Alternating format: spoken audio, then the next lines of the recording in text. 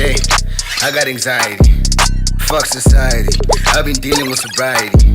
They try to retire me. Now I got anxiety. Fuck society. I've been dealing with sobriety. They try to retire me. I got anxiety. Fuck society. I've been dealing with sobriety. My body holds a song.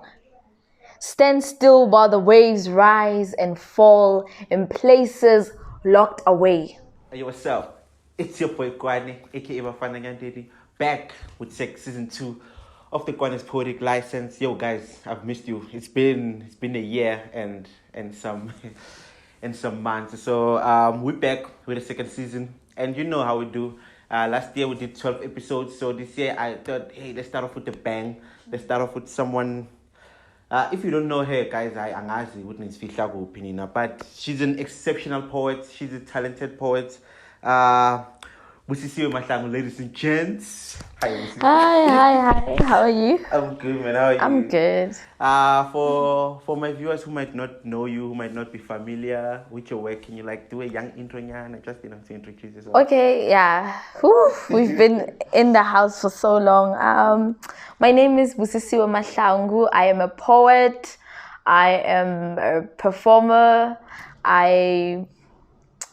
I make jewelry and stuff. I do many things now. I do so many things. But today, I'm just a writer. Yeah, that's fantastic. Yeah. That's fantastic. Oh, I'm so glad you could join us. So as you guys know, this is the show where we just go through a poem. So I've asked Ubusi to just pick any of her written works where she feels like the language is poetic enough for us to dissect and bring it back to the ordinary language. So I have your book here. Yes. Called Surviving Loss. And can you explain a bit about the poem that we're going to be going through today? What does it signify? What does it mean to you? And what was the inspiration behind writing it? It just came to me. We're doing this challenge that happens every year. It's hosted by Dr. Sarah Gotzel. It's called the December Poetry Challenge, where you get a word every day and then you have to respond to it. Wow. So the poem, I wrote it during that challenge. The poem is titled Worship. It's it doesn't sound as holy as it. Oh, okay. But what I wanted to do with the piece was to explore sexuality, how women experience sexuality. Since we're young, I grew up Christian. I'm Christian. Masturbation is a sin. Stuff like that. But then there are in the church, there are some sins are more tolerated than other sins. Some sins are everybody does this. Everybody, you can pick and choose which one you want to follow and which rule you want to discard. Yeah. So with worship, it was just claiming my body from the church in a way. Oh, wow. Claiming my body from the church and saying, no, I want to experience my body this way. Yeah. It's a very long story, but we'll get into it. Okay. I'm sure we'll cover some of these when we go to the piece called Worship. The music is a call for freedom, an anthem inside throats with half prayers. In my body, there are CTs that have stopped waiting for a hymn and started burning their temples. Yeah, man.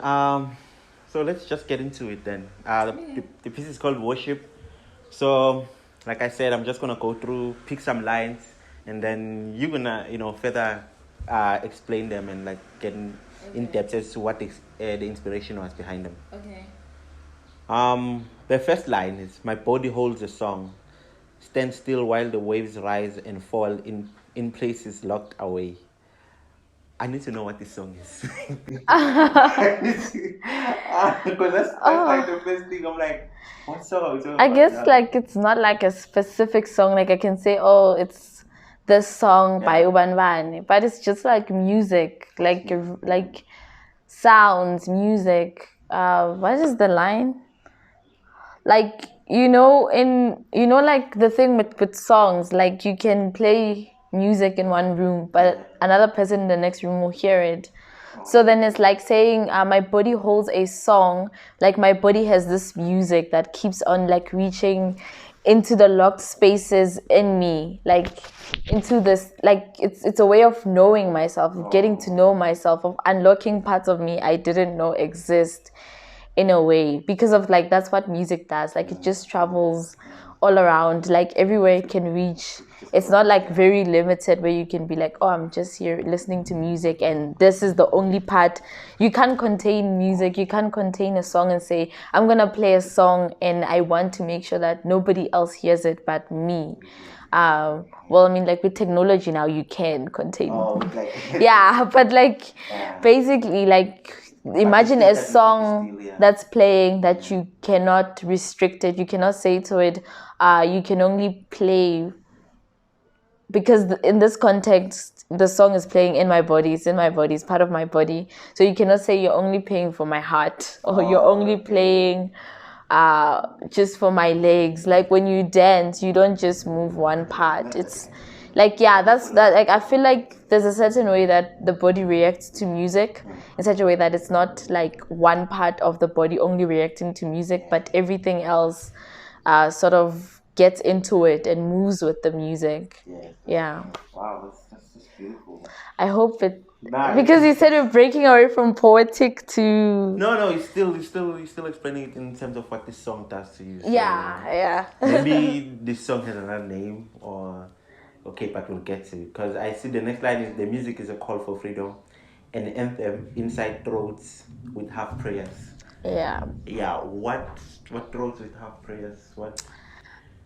Are you now outside of you or still in you? I mean, it's still like the body, you know, like half prayers. It's like, I think of half prayers as like prayers you pray, but you don't believe they'll be answered or they'll be heard. Or, but like it's because of, you know, sometimes you get tired of praying and not seeing things change. So you get into this habit of praying because it's a habit, you just do it. But that belief, it's not. So like this song, it's like, let's say someone like with half prayers, since I've explained it, is someone like is running out of the patience of waiting, is running out of this hoping, is running out of the faith, you know. So like the song, the music is a call for freedom for someone who's like running out of faith. Like the song is reviving you. It's calling you back to life. It's calling you back to freedom. It's yeah. So it's like half-heartedness, like you only doing things halfway, not fully in it. Yeah, but like yeah. I mean, like that's where you are, but then there is like this song, you know, where you, that's in, like I said in the beginning, like there's this song. So like this song is playing and it becomes an anthem for anyone who is running out of faith, who's running out of hope. Like this song is just there to revive that. But like the trick is you have to make this song yourself. You have to make this music yourself. What? The poem is about masturbation. All right. Yes. So masturbation is like you creating a song for your body, and your body will dance to it. It's like in this poem, like the metaphor is that the masturbation is a sort of like worshipping your own body, like learning ways around your own body, finding the rhythm of your own body. So it's like, yeah, there's this song, but this song that is there, you have to find it yourself. Yeah, you have to turn it on yourself. Going back to the metaphor of masturbation, right? Yes. So the craving in the song is that you have that feeling that you want to release something. There's no craving. Or there's no craving. You just go in there to experience something. There is like running out of faith, running out of hope, running out of, you know, like sometimes when people, like when their souls are in distress, like one of the things they tend to is sex, to feel more full, more. To feel some sort of void. Yeah, to feel some sort of void, to be comforted. But then, like, you can also comfort yourself. You can fill that void yourself. So it's kind of like that. Like if we look at sex as a healing process, like there are people who use sex to heal themselves. There are people who use sex to manifest things in their lives. There are people who use like sex magic in a way. But then, like, if you look at sex as like energy that is created, it can be positive, it can be negative in your life. But like, if you learn around it, like some people masturbate so that they can fall asleep. It helps them deal with insomnia. Some people will masturbate so that they are less nervous and can go and do whatever they are supposed to do. Some people, it's just like it's sex. It's just sex energy. Like sex does revive people in a way. So like energy for different needs. Yeah, I mean, depending on a person. I mean, here we're just talking about masturbation being something that helps you revive yourself. Okay. Yeah. No, that. Like enjoy yourself and revive yourself. No, I get. Yeah, I've never had to talk about masturbation for this long ever in my life. You wrote a poem about masturbation. It didn't even take me this long. So we're gonna get into it. Made holy a body of ashes, made fire a circle of fate. Now bricks float in the air like dust. I play the song with my fingers, the labia, a plain instrument, the clitoris, a string. I know how to move dead cities. There is magic in my body that loneliness cannot empty out. Do not touch me like you're digging a girl out of a grave. I've saved myself through orgasms, over the gospel and the preaching. Pleasure is holy. Do not waste it on your ego. It says, I know how to move dead cities. There is magic in my body that loneliness cannot empty out. Yeah. This part jumped out of me. I think you just mentioned just a portion of it. That magic part, the magic part that loneliness cannot empty out. Yeah. So are we going back to the healing aspects of it? Yeah, we're going back to the healing aspect of it. But like here as well, I'm like speaking directly to whoever I fuck. Okay. I was trying to find a more decent way to say that. That's a podcast. Yeah. But like, yeah, and it's just saying like, I think there was a time when I felt like I have to. I mean, like my first sexual relationship, that was just a sexual relationship. No boyfriend, no girlfriend, nothing. It's just the sex. It was kind of tough because I felt like we had to keep negotiating what kind of intimacy we give each other. Because if we give more, that means like more is happening. It's serious. And it was exhausting. And looking at that situation at the time, I was like, this makes me feel more lonely. And then I had to find ways to, because I realized the only reason I'm in this situation is because I had allowed myself into, I had started being sexually active. So now I will hunger for sex. In a way, I was hungering for sex. So then I found a way to like get the sex and not have to worry about the relationships and stuff like that. But like, it did not even start out like that. It was not like consciously like, oh, okay, I need to get laid and I don't want to be in a relationship. It's just like the guy proposed and I was like, actually it sounds like a better system than what I'm used to, But like, that's just the thing, is saying I know how to move dead cities. It's something that I'm saying to myself as well, like, no, you can actually find a way to be comfortable with your hunger for sex, you can find a way around it. You like, you don't always have to be involved with people because you're scared of loneliness. not being afraid of loneliness, like not being scared, like loneliness is something that's gonna consume you. But then it's more time with yourself, learning yourself, even in ways that are outside of like sex and masturbation, what like the poem is speaking about. But even outside of that, like, you know, we all, like, I had this idea that I needed companionship so much. To And close that loneliness void or something. yeah, but then I realized, like, actually, loneliness is not something to be afraid of. Yeah. Yo, I know, I get you. This goes beyond just, the side of the bed. I get you. Okay, Yeah. before I jump, this next line, I need you to Yeah. explain it. Do not touch me like you are digging a girl out of a grave. I have saved myself through orgasms over the gospel and the preaching. Now, this one is a direct line to people who don't know what they're doing, but they're so cocky about it. Like, dude, Yeah. it's my vagina. Let me show you. It's like, and it's also just like,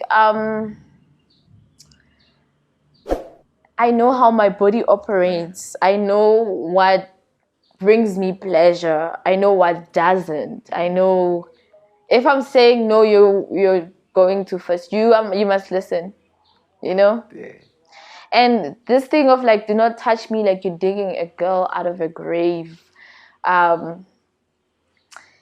It's like, you know, like this, like if you imagine like the process of digging something out, it's so violent. Yeah. Like you are like, you can't just like dig. that's what It's digging just is. like, why are you doing that to me? Like, No, I got you. you know, I got yeah, you. I got it's you. just that. Yeah, I've saved myself, and then I've saved myself through orgasms over the gospel and the preaching. Then it's back to the church Oh, that there's been other ways that I've been able to save myself, and it's just that I don't want to even explain it further. all right, no, I get you. Pleasure is holy. Do not waste it on your ego. I deserve. Okay, this line. I deserve a God who will not call this worship a sin. This type of pleasure is holy. Do not waste it on Yeah. your ego. I think it's a crazy thing to imagine, like, oh, this is the kind of God I deserve. Yeah. It is. I think it's just crazy to say, but the way I see it, like the relationship with God is a very personal relationship. Like you can learn, you can study the Bible, learn the Bible, you can go to church, you can pray every day, you can watch sermons, you can do all the work of churching. Yeah. That means like you are going to church with a community, you're growing in God with a community of people. But at the end of the day, it's still like a very personal relationship. Everyone chooses how the Bible favors their actions. Yeah, I think that's the one main thing. You know? Everyone wants to choose how they. You know, everyone wants the Bible to serve them. Yeah, that's true. So like this idea of saying I deserve a God, it's a very, I guess like at church they'll say like it's very problematic because then it's you saying to God, I want you to serve This is me how you should this go through my way, life. you know. Yeah. But then I also think of it as like free will. Like free will is choosing how you experience God as well. Because we are here in this world to experience what being human is, and you know, Yeah, no, I get and like the human mind is curious, and you'll I mean, like maybe 5 years from now, who knows, I'll say masturbation is wrong. I will never say that. But I'm just making an example, like that is the evolution of the mind. And how I looked at it is like I can only experience God to the level of my own understanding. As much as I will study the word, I'll go to church, I'll do the work. But at the end of the day, like the deciding thing is my own understanding. and I felt like at church, like they would look over it, but I felt like it was so important to talk about how I want to experience God, how I wish to experience God, the kind of freedoms I would like to have. Because in reality, when I think about masturbation, I feel like I'm not hurting anyone. Because it's just you. And I feel like it's, like the human body is amazing. It's just another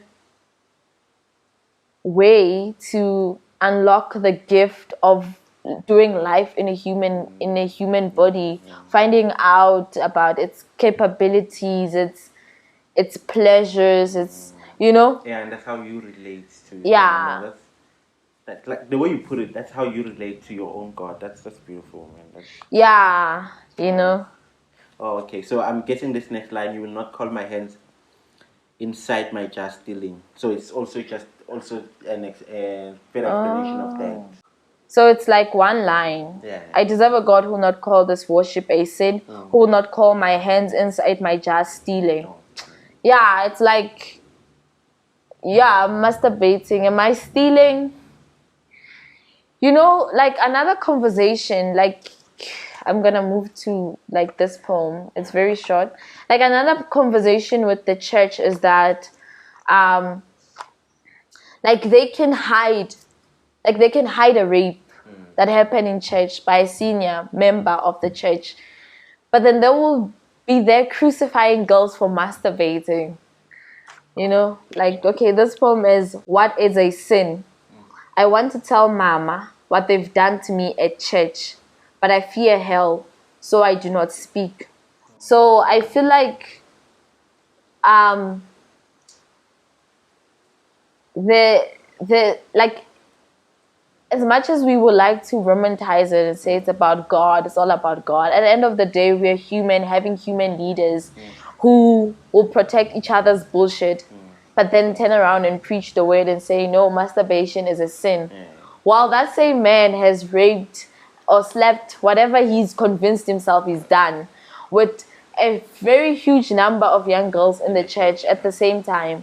And so the next line, I'm not waiting for a husband.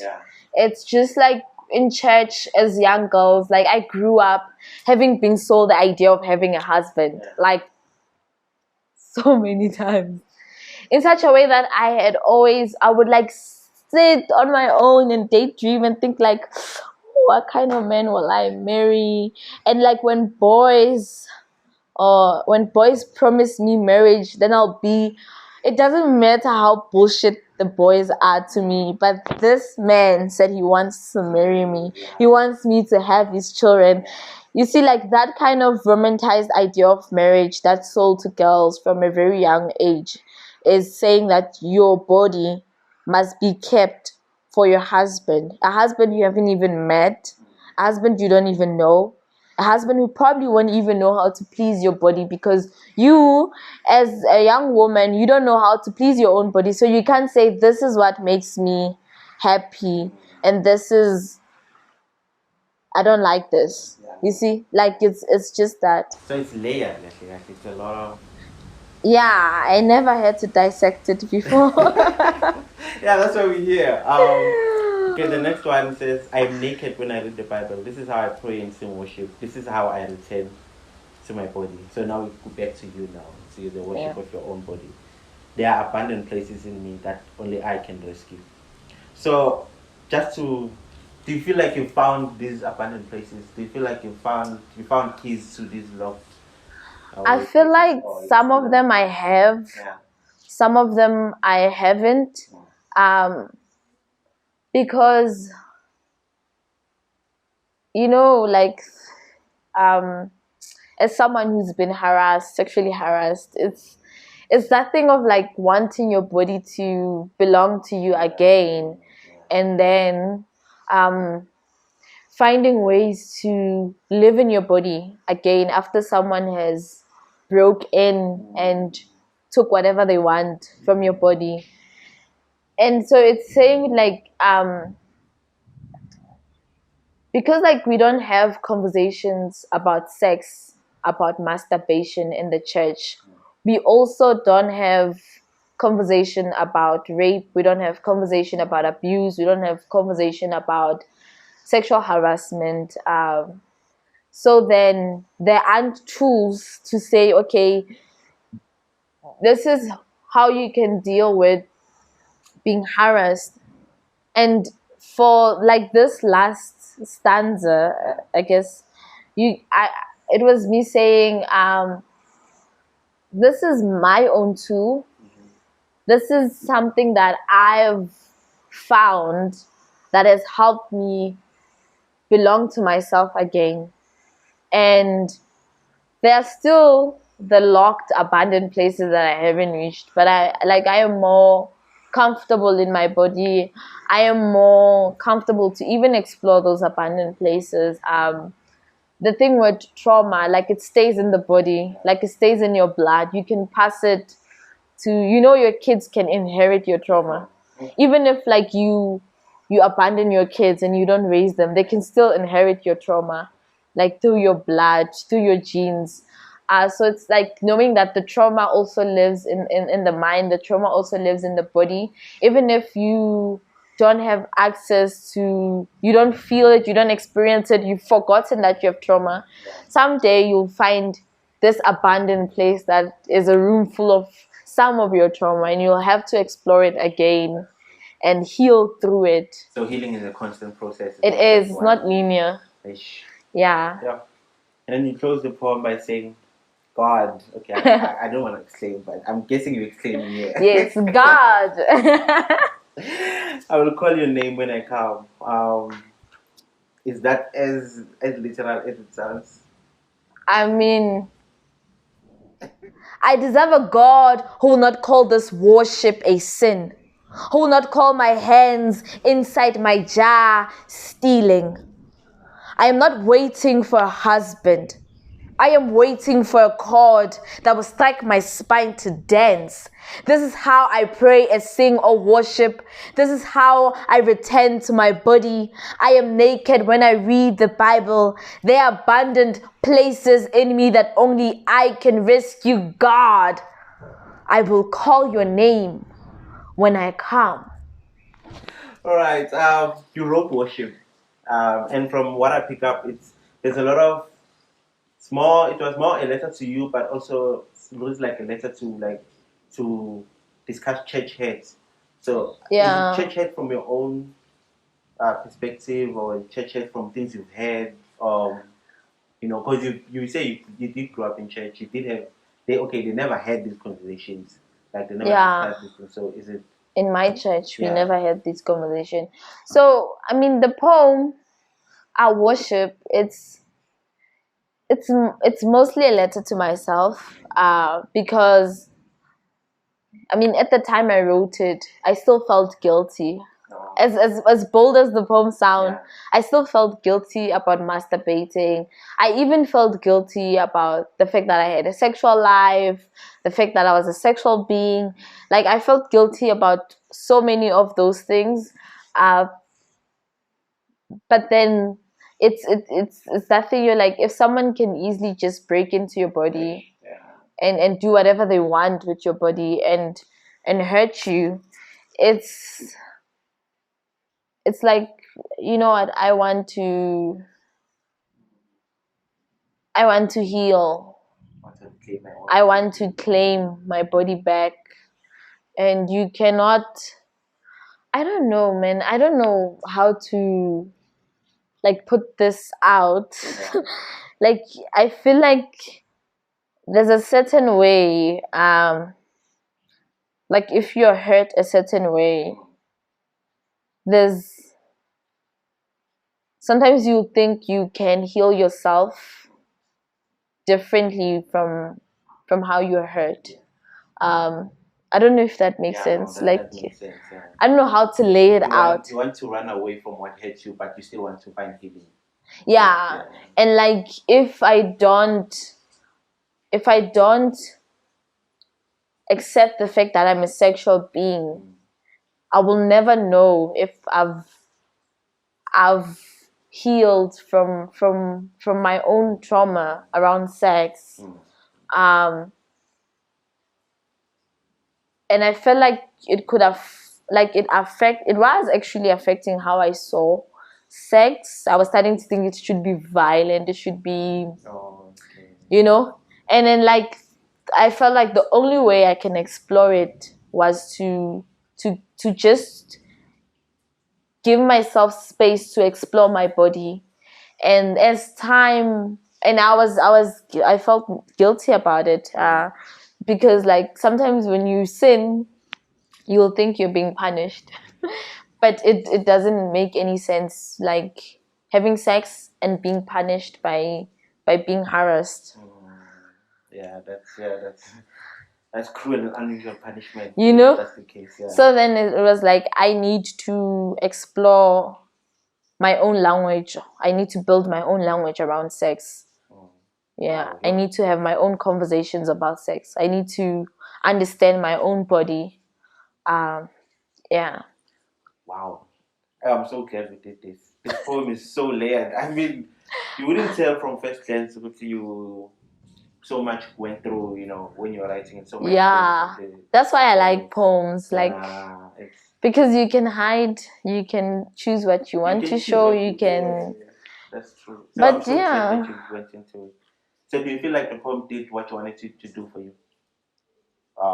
Is this the or if I want your whole healing, is this what the book was trying to do outside of just this one piece?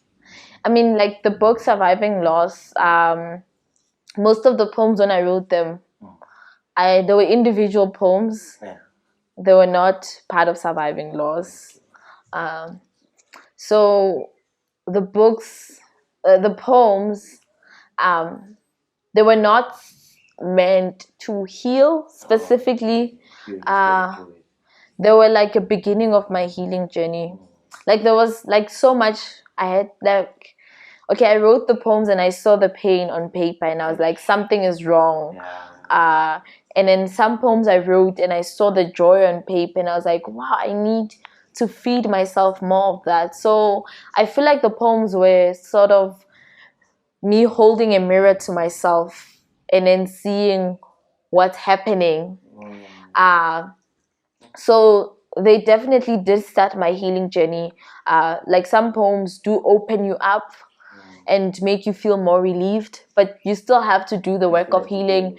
You still have to work on yourself and heal yourself. Like the work of healing is so exhausting. I wish I can pay someone to do it for me, but like no one can do it for you. You just have to do it for yourself. So I think the poems, they did help me because I was so depressed when I wrote them, and I was seeking help. I was trying to find help with my depression and I couldn't find it. But then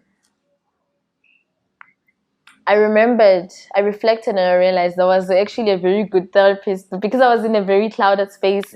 I did not recognize how good they were. So I feel like even after writing the poems, they just gave me bravery to do the work of healing myself and opening myself up. Yeah. So beautiful, man. So, Surviving Loss, guys. Surviving Loss is the name of the book. Where do people get it when they want it? So you can get the book directly from me. You can find me on social media, on Instagram and on Twitter, same handle, @Busisiwe Mahlangu _ in the end.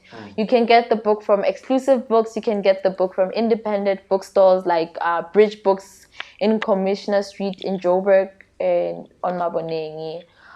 You can get the book from my publishers, Impepo Press. The book is easy to find. That's what I'm saying. That's fantastic, man. Yeah. Thank you so much, Lucy. Get the book, read the poems for yourself, and hopefully you'll be forced to face your own demons too. Thank you so much for this. Thank you for being the first guest of the second season. Thank you. I'm honored. Yeah, and thank you so much for tuning in. Hope to see you guys next week. Don't forget to the normal things like, comment, subscribe, and tell me who you're looking forward to seeing this season. And until next time, it's been your boy Kwane, aka Dali. Peace. My body holds a song. Stand still while the waves rise and fall in places locked away. The music is a call for freedom, an anthem inside throats with half prayers. In my body, there are cities that have stopped waiting for a hymn and started burning their temples, made holy a body of ashes, made fire a circle of fate. Now bricks float in the air like dust. I play the song with my fingers, the labia, a plain instrument, the clitoris, a string. I know how to move dead cities. There is magic in my body that loneliness cannot empty out. Do not touch me like you're digging a girl out of a grave. I've saved myself through orgasms, over the gospel and the preaching. Pleasure is holy. Do not waste it on your ego. I deserve a God who will not call this worship a sin, who will not call my hands inside my jar stealing. I am not waiting for a husband. I am waiting for a chord that will strike my spine to dance. This is how I pray and sing or worship. This is how I return to my body. I am naked when I read the Bible. There are abundant places in me that only I can rescue. God, I will call your name when I come. Hey, I got anxiety. Fuck society. I've been dealing with sobriety. They try to retire me. Now I got anxiety. Fuck society. I've been dealing with sobriety. They try to retire me. I got anxiety. Fuck society. I've been dealing with sobriety.